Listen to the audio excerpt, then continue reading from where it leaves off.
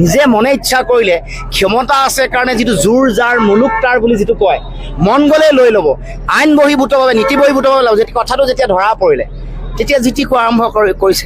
এনেকুৱা হৈছে যে মুখ্যমন্ত্ৰী আৰু মন্ত্ৰীয়ে সংবাদ মেল দিলে আপোনালোকে আৰু বাতৰি সংগ্ৰহ কৰিবলৈ যাব নোৱাৰে, তালৈ মালিকহে যাব লাগিব। সংস্কৃতি মুখ্যমন্ত্ৰীয়ে বহু দিনৰ পৰা আমদানি কৰিছে, অন কেমেৰা গালি দিয়ে, অন কেমেৰা বেয়াকৈ কয়। গৰু খুটিৰ ব্যাপক দুৰ্নীতিৰ কথাটো ইতিমধ্যে আহিছে। আমি কৈছোঁ যে তদন্ত হ'ব লাগে। আৰু কামটো কোনে কৰিছে? নীতি বহিভূতভাৱে আইন উলংঘা কৰি এই যে গৰু নাইকিয়া হৈ গ'ল, অন্তৰ্ধান হৈ গ'ল, কোনে কৰিছে? চৰকাৰী যন্ত্ৰৰ এগৰাকী দায়িত্বশীল মন্ত্ৰীয়ে। এনেকুৱা ধৰণৰ গৰু কেতিয়াবা বিক্ৰী কৰিব লগা হ'লেও বিজ্ঞাপন হ'ব, নিবিদা হ'ব, তাৰপিছত এটা প্ৰক্ৰিয়াৰ মাজেৰে গৰুৰ কোনোবাই ল'ব পাৰিব। কিবা কাৰণত যদি গৰু বেছি হৈছে সেই প্ৰকল্প ল'বলৈ কিছুমান প্ৰক্ৰিয়া আছে। নিজে মনে ইচ্ছা কৰিলে ক্ষমতা আছে কাৰণে যিটো জোৰ যাৰ মুলুক তাৰ বুলি যিটো কয়, মন গ'লে লৈ ল'ব, আইন বহিভূতভাৱে নীতি বহিভূতভাৱে ল'ব। যেতিয়া কথাটো যেতিয়া ধৰা পৰিলে তেতিয়া যি টি কোৱা আৰম্ভ কৰিছে। নিজৰ যিটো মানে হেৰিয়ে নাইকিয়া হৈ গৈছে। এতিয়া এনেকুৱা ধৰণৰ কথা আৰম্ভ কৰিছে, সাংবাদিকসকলকো আক্ৰমণ কৰিছে। এতিয়া এনেকুৱা হৈছে যে মুখ্যমন্ত্ৰী আৰু মন্ত্ৰীয়ে সংবাদ মেল দিলে আপোনালোকে আৰু বাতৰি সংগ্ৰহ কৰিবলৈ যাব নোৱাৰে, তালৈ মালিকহে যাব লাগিব, তেনেকৈ কৈছেতো মন্ত্ৰীয়ে। আপোনালোকৰ লগত কথা নাপাতো বুলি কৈছে। আমি কৈছোঁ যে তেতিয়াহ'লে মালিকসকলকে মাতক।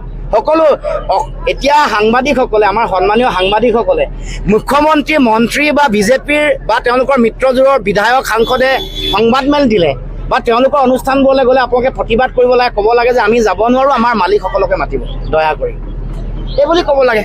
ময়ো কৈছোঁ যে এতিয়া তেতিয়াহ'লে মালিকসকল যাব লাগিব আজি মুখ্যমন্ত্ৰীয়ে সংবাদ মেল দিলে। গতিকে এই যিটো সাংবাদিকসকলক কৰা যিটো অপমান, ইয়াৰ আমি তীব্ৰ ভাষাৰে গৰিহণা দিছোঁ, নিন্দা কৰিছোঁ। এইটো নিন্দনীয় কথা বতৰা। এনেকুৱা সংস্কৃতি মুখ্যমন্ত্ৰীয়ে বহু দিনৰ পৰা আমদানি কৰিছে। অন কেমেৰা গালি দিয়ে, অন কেমেৰা বেয়াকৈ কয়। যোৱাকালি আকৌ তলৰ শ্ৰেণী, তাৰমানে নিজ মানুহ বুলি ক'ব খুজিছে। আৰু আজি যেতিয়া আমি আমাৰ জনজাতীয় মানুহৰ মাটিৰ অধিকাৰৰ কাৰণে যোৱাকালি আমি গুৱাহাটীত যেতিয়া এখন নাগৰিক সভা পাতিলোঁ, আজি মুখ্যমন্ত্ৰীয়ে কাউণ্টাৰ দি কৈছে কিছুমান মানুহে বোলে আন্দোলন কৰিয়ে ভাল পায়। তাৰমানে জনজাতীয়সকলে আন্দোলন কৰিয়ে ভাল পায়। তাৰমানে য'ত মাটি অধিগ্ৰহণ কৰিছে সৰহভাগ 95% মাটি জনজাতীয় অঞ্চল, জনজাতীয় আৱেষ্টনী, ট্ৰাইবেল বেল্ট ব্লক আছে, ষষ্ঠ অনুসূচীৰ অঞ্চল আছে বা যিবোৰ অঞ্চল বেলেগ অঞ্চলো আছে কাজিৰঙা, সেইবোৰতো জনজাতীয় মানুহে বাস কৰিছে। তাৰমানে মুখ্যমন্ত্ৰীৰ বক্তব্যটোৱে এইটোৱে বুজাইছে, তাৰমানে যিসকলে আন্দোলন কৰি আছে, আন্দোলন কৰা মানুহসকলক যিসকলে আন্দোলন কৰি ভাল পায় বুলি কৈছে, তাৰমানে জনজাতীয় মানুহেহে আন্দোলন কৰিছে আৰু জনজাতীয় মানুহে আন্দোলন কৰি ভাল পায়। সংগ্ৰামী সকলো মানুহ আহিছে, আমি তেওঁলোকৰ সংগ্ৰামৰ পূৰ্ণ সমৰ্থন আগবঢ়াইছোঁ, আমিও লগত থাকিম, সন্মুখত থাকিম। মুখ্যমন্ত্ৰীৰ এনেকুৱা কথা আমি নিন্দা কৰিছোঁ আৰু কৈছোঁ।